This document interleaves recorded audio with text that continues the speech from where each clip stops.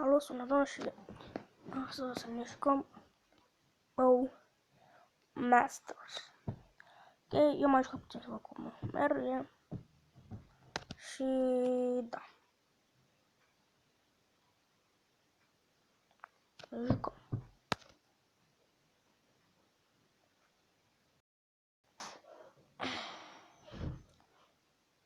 Jucăm la magazin Play.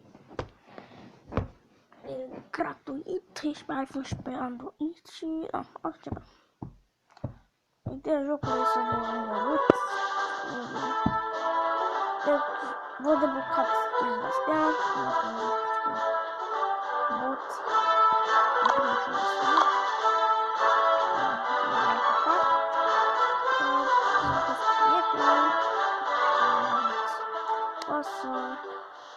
dacă deblocați 20 astea, puteți și mai să jucăm versus cum Player 1, choose. cumpărați,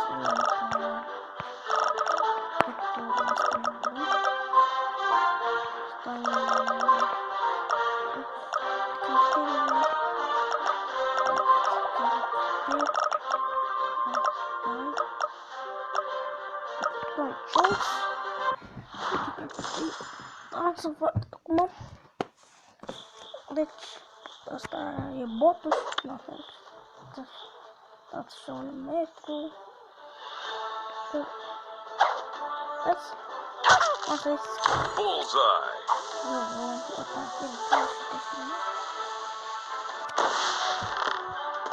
Asta și trebuie să deblocăm.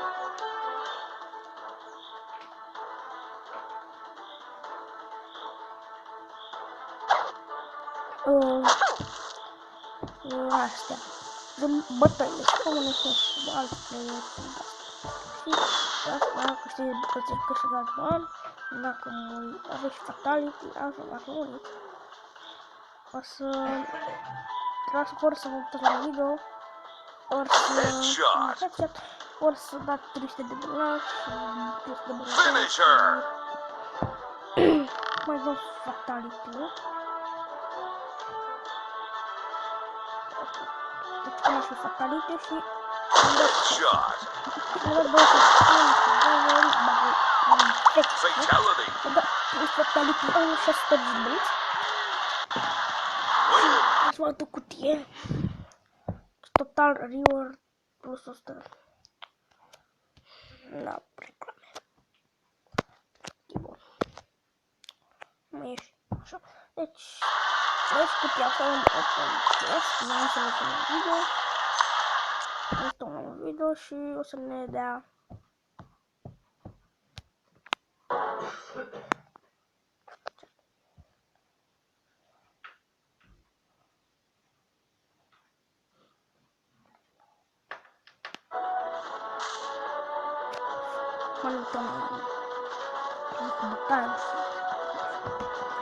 nu ne interesează, până ne interesează jocul ăsta.